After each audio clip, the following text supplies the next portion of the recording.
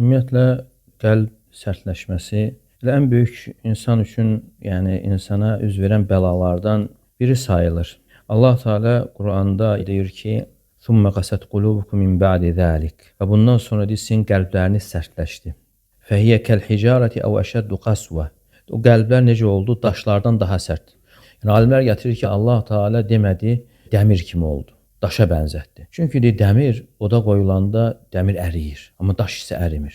Hətta deyir ki, onların qəlbləri daşdan da daha sərt oldu. Daşlar var, içindən çay fırır, su axır və Allahın qorxusundan yerə düşür. Ona görə gəlir ki, alimlər buyurur, dağdan düşən daşlar, elə bilməyin ki, elə belə düşür. O dağdan düşən daşlar Allah qorxusundan düşür. Amma görürük, qəlb necə sərtləşirsə, artıq heç nə təsir eləmir. Yəni hansı ki, Quran dağlara nazil edilsəydi, dağlar parça-parça olardı. "Ləv ənzəlnə hədəl Qur'anə alə cəbəlin lərayitəhu xaşi'an mutasaddi'an min xəşyətillah." Əgər biz bu Qur'anı dağlara nazil etsəydik, Allah qorxusundan yarılar parça-parça olardı. Amma bu ət parçası isə təsirlənmir. Yəni gör nə qədər sərtləşir ki, təsirlənmir. Və ona görə də insan qəlbinin sərtləşməsindən həzər etməlidir, çəkinməlidir.